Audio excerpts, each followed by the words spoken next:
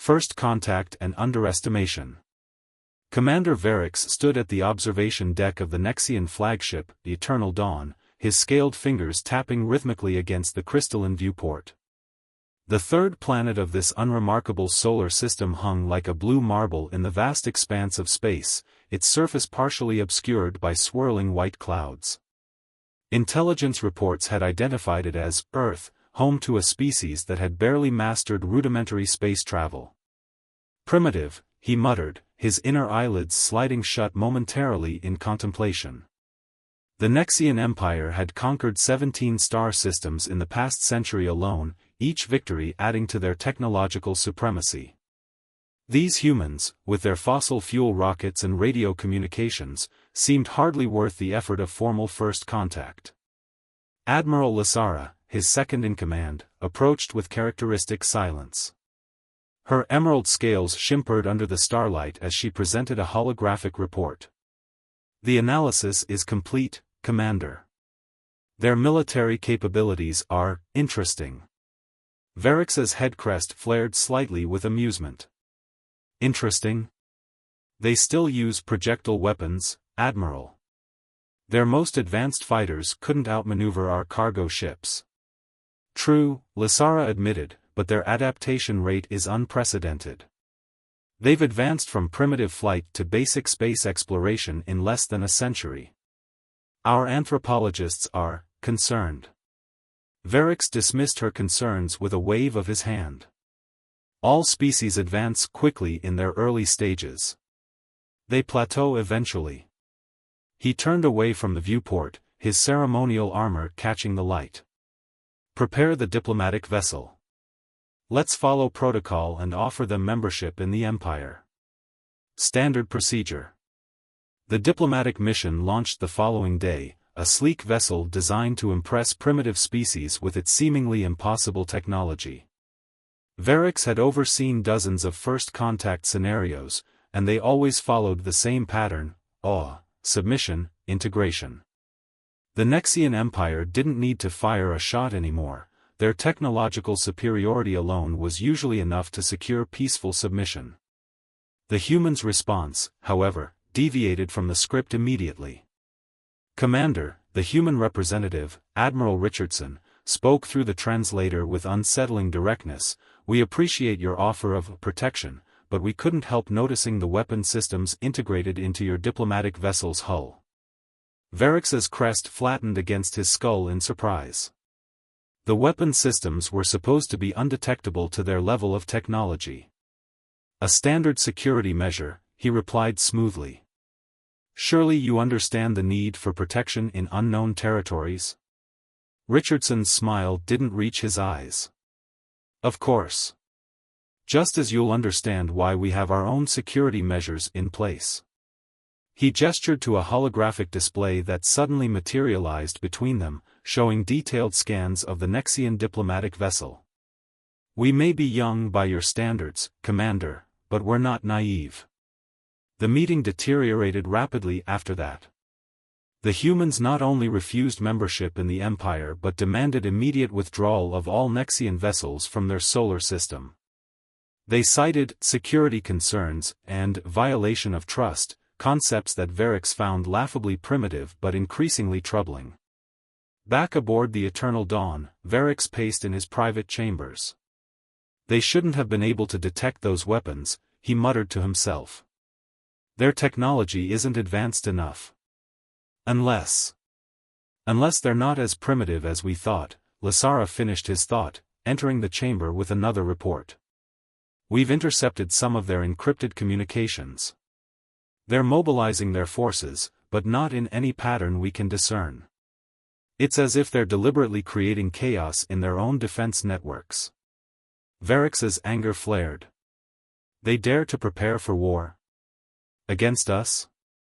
He activated a holographic display of Earth's military assets.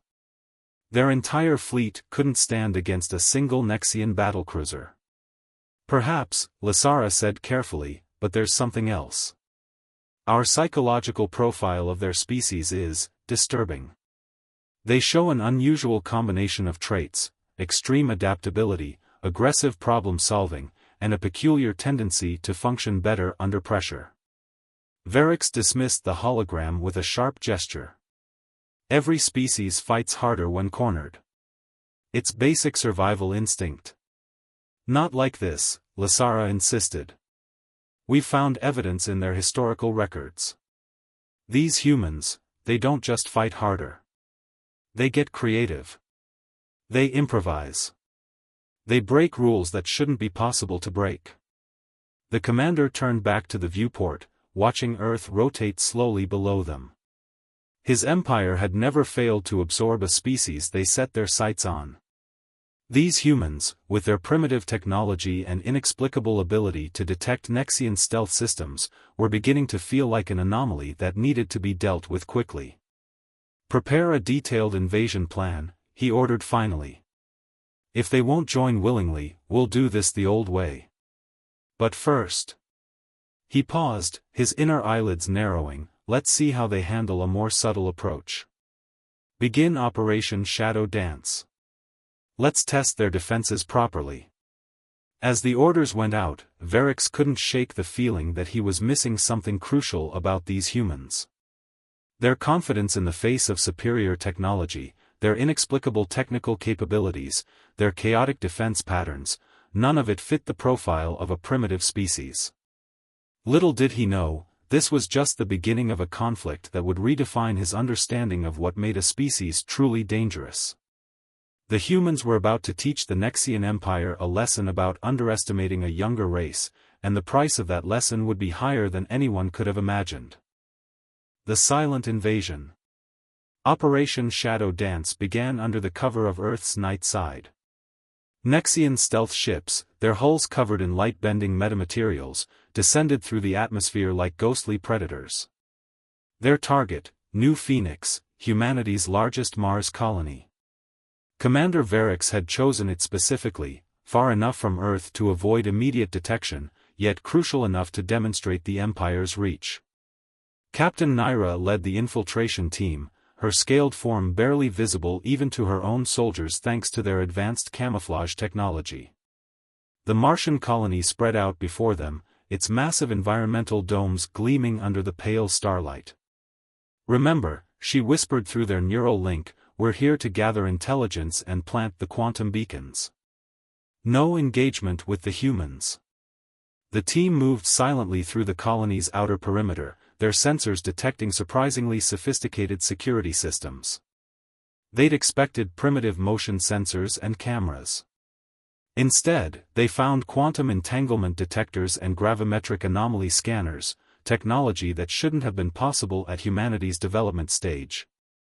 Captain, one of her soldiers transmitted, these security measures, they're adapted from deep space asteroid mining equipment. They've repurposed their industrial technology for defense. Naira's inner eyelids narrowed. Humans were proving more resourceful than anticipated. Still, they had a mission to complete. The quantum beacons would allow the Empire to bypass human defenses during the main invasion, creating corridors of altered spacetime through which their ships could pass undetected. As they approached the main environmental control center, a sudden alert blared through the colony. Not the expected alarm of discovered intruders, but something else entirely.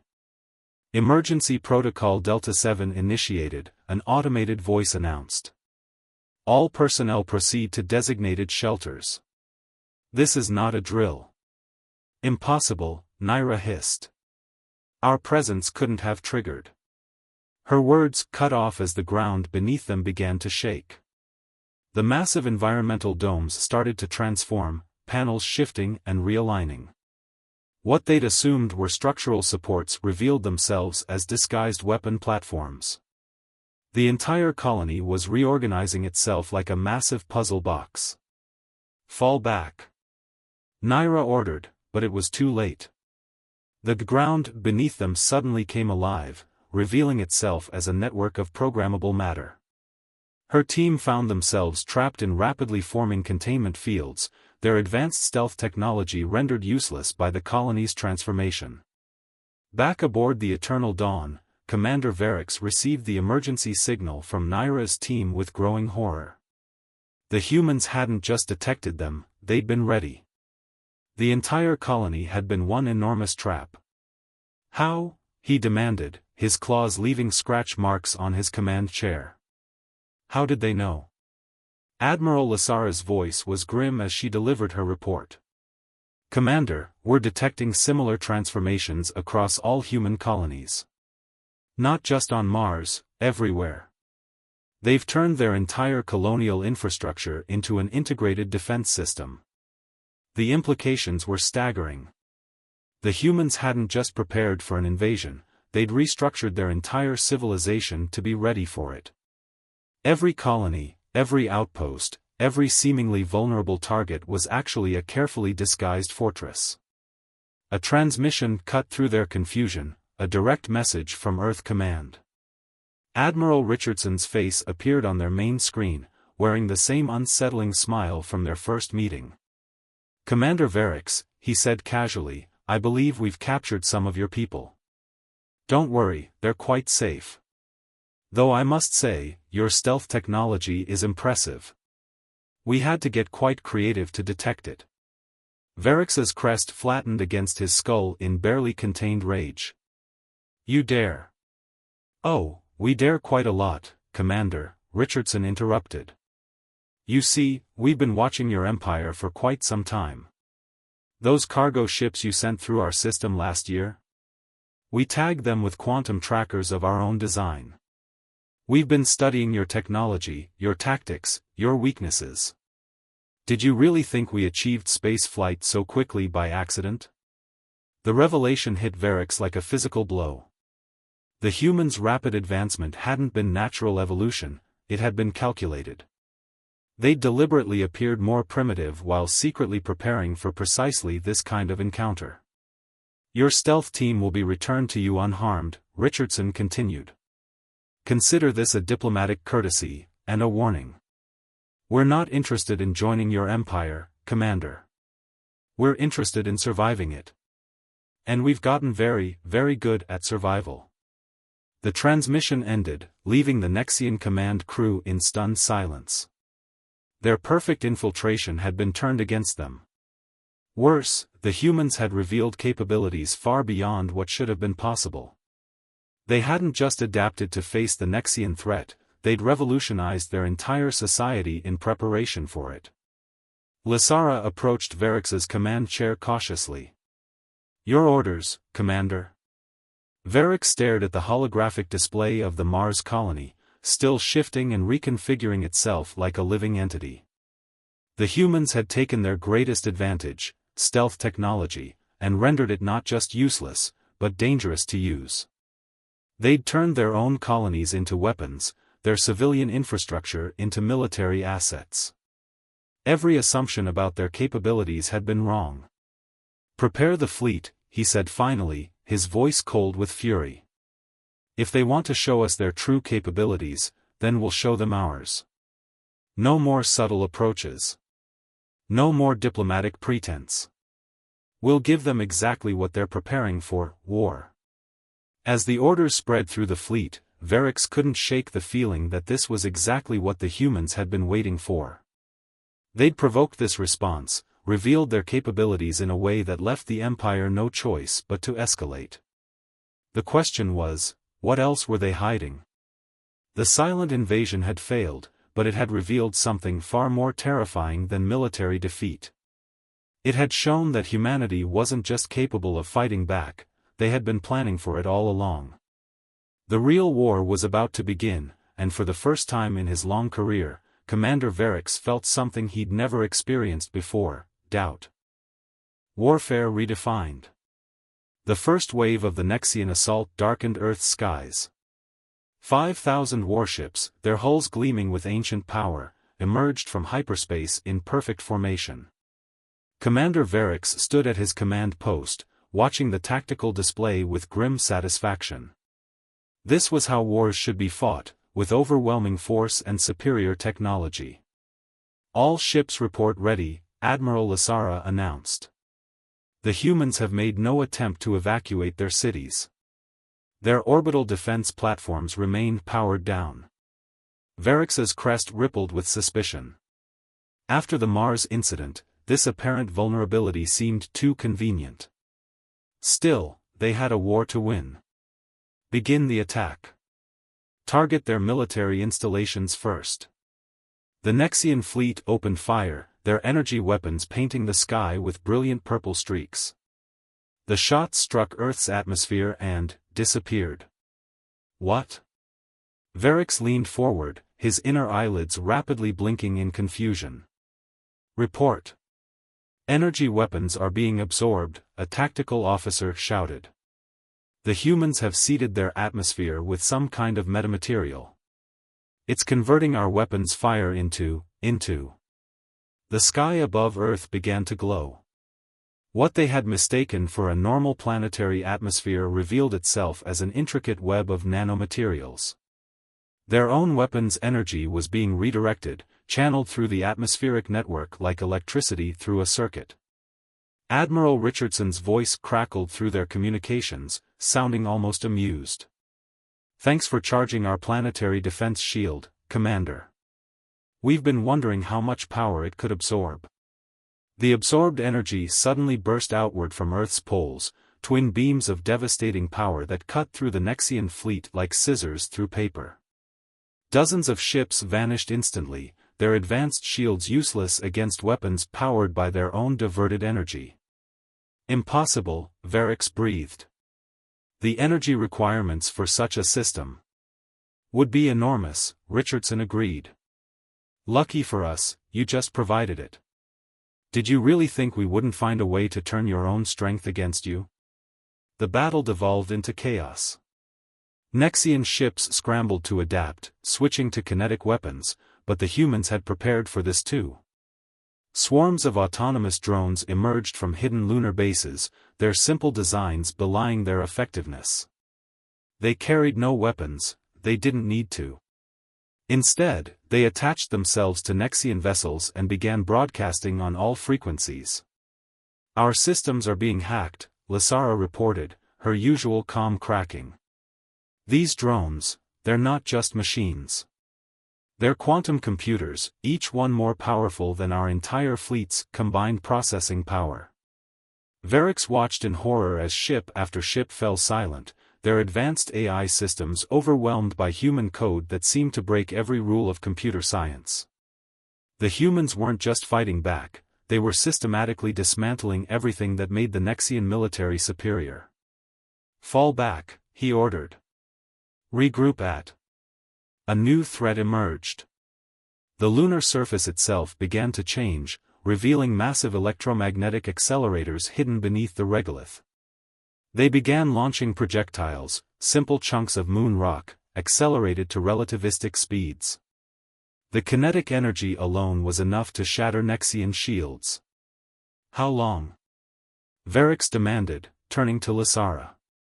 How long have they been preparing for this? Based on the infrastructure required. Lysara's voice was quiet. Decades, at least.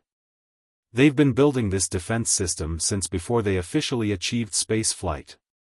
Everything we thought we knew about their technological progress was a carefully constructed deception. The revelation struck Varix like a physical blow. The humans hadn't just prepared for war, they had orchestrated every step of this conflict. Their apparent vulnerability had been bait, their primitive technology a mask, their entire civilization a weapon waiting to be unleashed. A new transmission cut through their communications. This time, it wasn't Richardson but Dr. Imani Patel, Earth's chief of scientific defense. Your empire isn't the first advanced civilization we've detected, Commander, she explained calmly. Just the first to make contact. We've been watching the stars for centuries, learning from the wars of others, preparing for the day someone would come to conquer us. Did you really think we achieved all this progress naturally? We had examples to learn from, including your own past conquests. Varix's tactical display was a map of failure. A third of his fleet had been disabled by the human-computer attack. Another quarter had been destroyed by their own redirected energy or lunar projectiles. The remaining ships were scattered, their formations broken, their commanders awaiting orders that Varix couldn't give.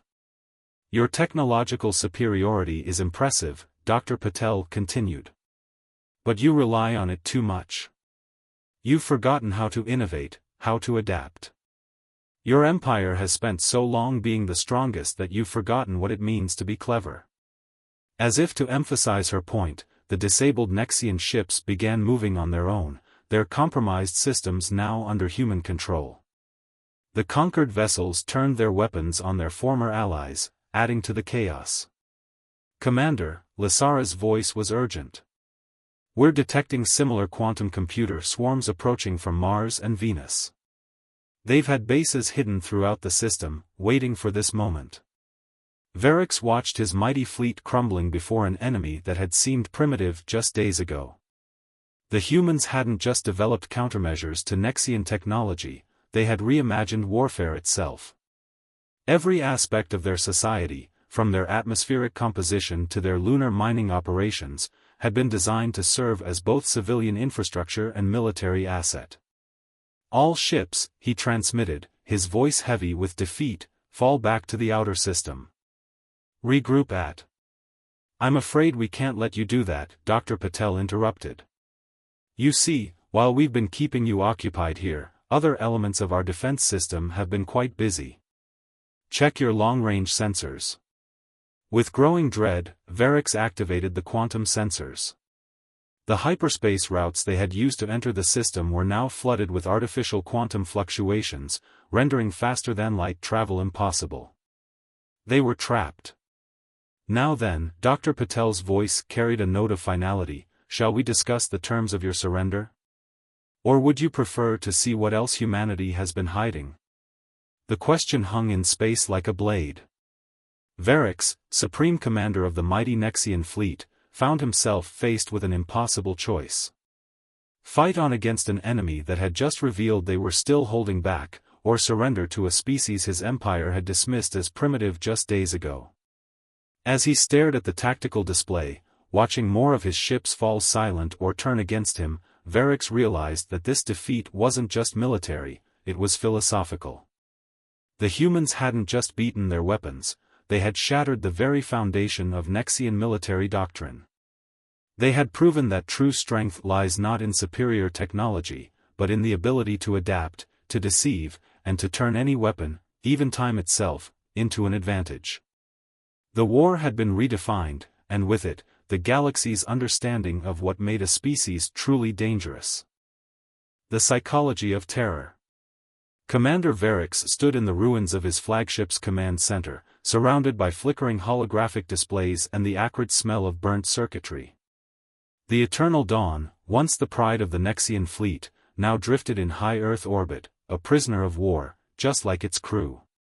Through the viewport, he could see other captured Nexian vessels, their once mighty forms now silent and dark. Sir, Lysara approached, her scales dulled with exhaustion. The humans are requesting your presence on their orbital command station. They say they want to show us something. 3 days had passed since their surrender, and still, the humans continued to surprise them. Instead of executing or imprisoning the Nexian crews, they had kept them aboard their own ships, providing supplies and medical care. It made no tactical sense. It defied every principle of warfare the Nexians understood. A human shuttle docked with the Eternal Dawn. Lieutenant Commander James Barrett stepped out, wearing a simple uniform with no visible weapons. Commander Varix, he nodded respectfully. If you'll come with me? The journey to the human station was conducted in uncomfortable silence. Varix studied Barrett's profile, searching for signs of the savagery his species had displayed in battle. How could they switch so easily between devastating warfare and peaceful cooperation? The station itself was another surprise. Unlike the sterile, efficient designs of Nexian architecture, the human facility was a maze of improvised additions and modifications. Every surface seemed to serve multiple purposes, every system interconnected in ways that defied conventional engineering. Before we show you what we brought you here to see, Barrett said as they walked, I want you to understand something. We didn't want this war. We spent decades preparing for it because we had to, not because we desired conflict. They entered a vast circular chamber. The walls were covered with displays showing various alien civilizations, some Varrics recognized, others unknown even to the Empire. What is this? Our first deep space telescope array detected a battle between two advanced civilizations 300 light-years from Earth, Barrett explained. We watched as one species was completely annihilated by the other. That was our wake-up call. We realized that the galaxy wasn't just full of life, it was full of predators. The displays showed battle footage, technological schematics, cultural analyses. Centuries of human intelligence gathering, all focused on understanding potential threats. You've been studying us, Varrics realized. All of us. Every civilization we could detect, Barrett confirmed. We learned from their victories and their mistakes. We saw how the strong devoured the weak. And we decided we would never be weak. They moved to another section, where a hologram showed Earth's complete defense network. Varrics's inner eyelids widened as he finally saw the full scope of human preparation. Their entire solar system was a web of hidden weapons, quantum computers, and technologies that seemed to violate the laws of physics themselves. But this isn't what we brought you here to see, Barrett said, leading them deeper into the station. They entered a smaller room, where a single display showed a live feed from Earth. It took Varrics a moment to understand what he was seeing. Humans were helping rebuild a Nexian ship that had crashed during the battle. Not destroying it, not salvaging it, repairing it. I don't understand, Varrics admitted. We tried to conquer you. To destroy you. Why would you help us? Because that's what truly terrifies you about us, isn't it? Barrett asked quietly. Not our weapons or our tactics, but our ability to choose peace even when we could destroy you. You can't predict us. We can be your worst nightmare in one moment and offer you help in the next. The truth of it hit Varrics like a physical blow. The humans weren't just militarily superior, they were psychologically incomprehensible. They had created weapons that could have annihilated the Nexian fleet, yet they chose to disable rather than destroy. They had every reason to execute their prisoners, yet they offered medical care instead. Your empire conquers through force and fear, Barrett continued. You understand strength and submission. But humans? We adapt. We can be warriors or diplomats, destroyers or creators. That uncertainty, that ability to be anything we need to be, that's what makes us truly dangerous. A new hologram appeared, showing the quantum fluctuations that had trapped the Nexian fleet in the solar system. We could keep you here indefinitely, Barrett explained. We could take your ships, reverse engineer your technology, use it to expand our own power. But that's not who we want to be. What do you want? Varrics asked, his voice barely a whisper. Change, Barrett replied simply. Your empire needs to evolve. The old way of conquest and submission has to end. We're offering you a choice, remain our prisoners, or become our partners in building something new. Varrics stared at the human, trying to understand. In all his years of service to the Empire, he had never encountered a species that could so thoroughly shatter his understanding of how the universe worked.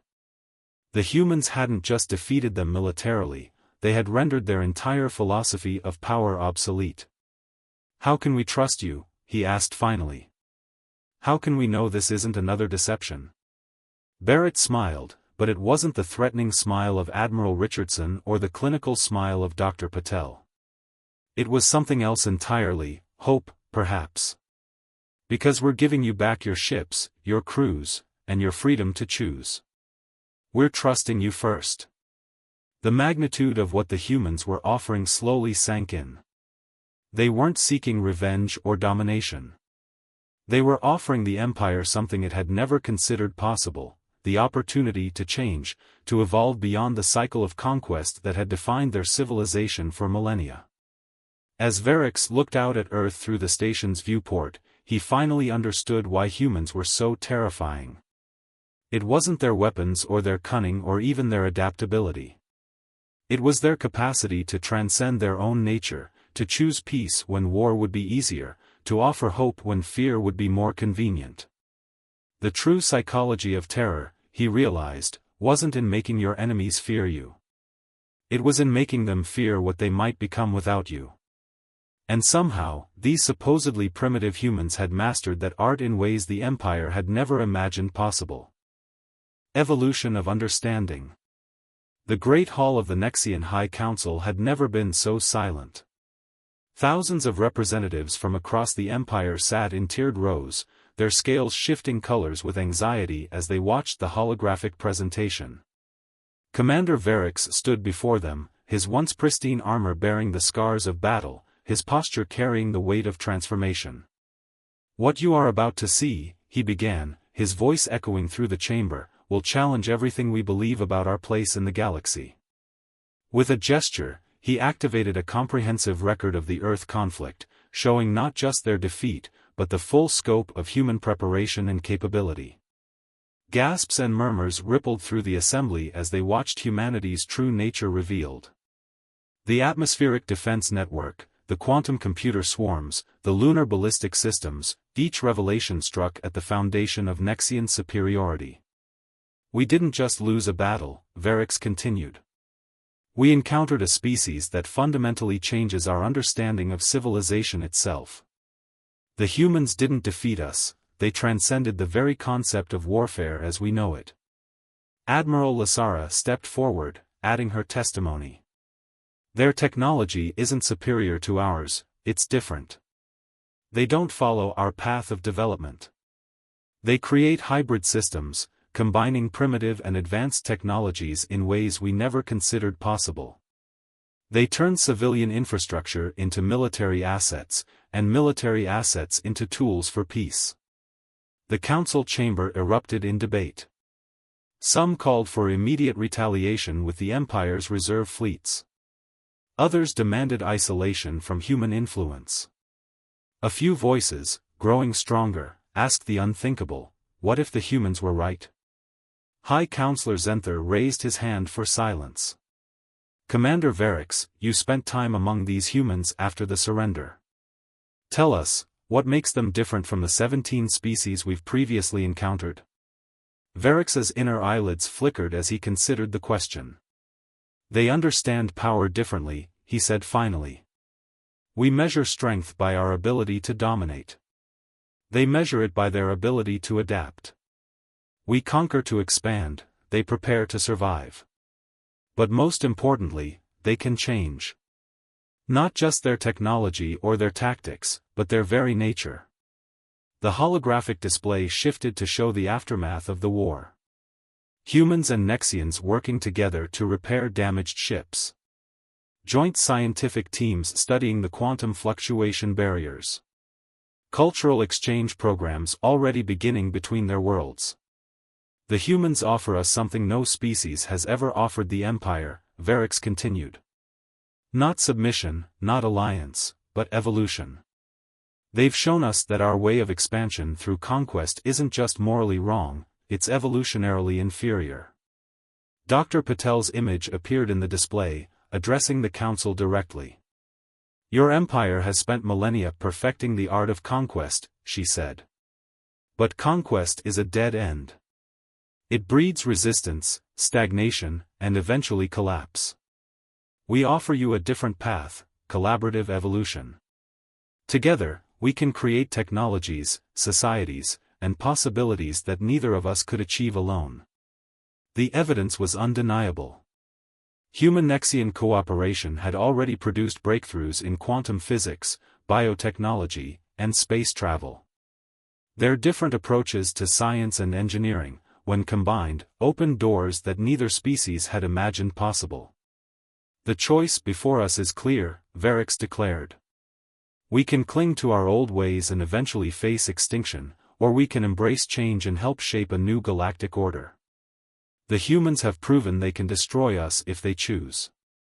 Instead, they offer us partnership." High Counselor Zenther stood, his ancient scales gleaming in the chamber's light. "You realize what you're suggesting, Commander? The end of everything our empire has stood for?" "No," Varix corrected. "The evolution of everything we stand for. Strength through adaptation rather than dominance. Progress through cooperation rather than conquest. The humans haven't defeated our empire, they've shown us how to transcend it." The debate raged for days. The empire's structure, unchanged for millennia, groaned under the weight of new ideas. But the evidence was irrefutable. Human-Nexian cooperation was already producing results that neither civilization could have achieved alone. 1 month later, the Nexian Empire announced its transformation into the Galactic Cooperative. The ancient hierarchy of conquest gave way to a new system based on mutual development and shared progress.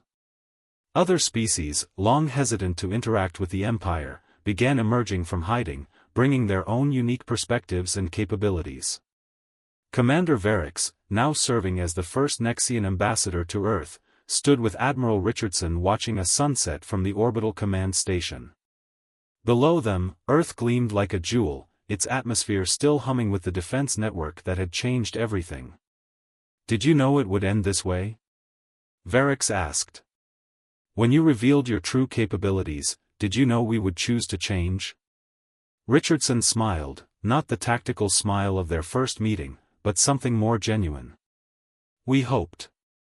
That's another thing about humans that your empire had to learn. We're not just capable of destruction or creation. We're capable of hope, of imagining better futures and working to make them real." A notification chimed, announcing the successful test of the first human-Nexian hybrid ship. It incorporated both species' technologies in ways that should have been impossible, creating something entirely new. "You know," Richardson added, "some of our scientists think we've barely scratched the surface. Your empire's technology combined with our adaptability? We might be looking at the beginning of a whole new era of development." Varix watched as the hybrid ship moved through its test maneuvers, its hull gleaming with possibilities. "Perhaps that's what truly makes humans terrifying," he mused. "Not your weapons or your cunning, but your ability to turn enemies into partners, to transform conflict into cooperation." "Terrifying?" Richardson laughed. "I prefer to think of it as inspiring." As they watched the ship dance among the stars, Varix realized that the true evolution wasn't in technology or tactics, but in understanding. The humans hadn't just changed the Nexian Empire, they had changed the very meaning of power in the galaxy. And somehow, that change felt more like a beginning than an end. The story of humanity's first contact with the Nexian Empire would be told for generations across countless worlds. Not as a tale of conquest or submission, but as the moment when the galaxy learned that true strength lies not in the power to destroy or dominate, but in the courage to change and the wisdom to cooperate. The aliens had indeed witnessed humanity's dark side, and in that darkness, they had found not just terror, but transformation. And that, perhaps, was the most terrifying and wonderful truth of all.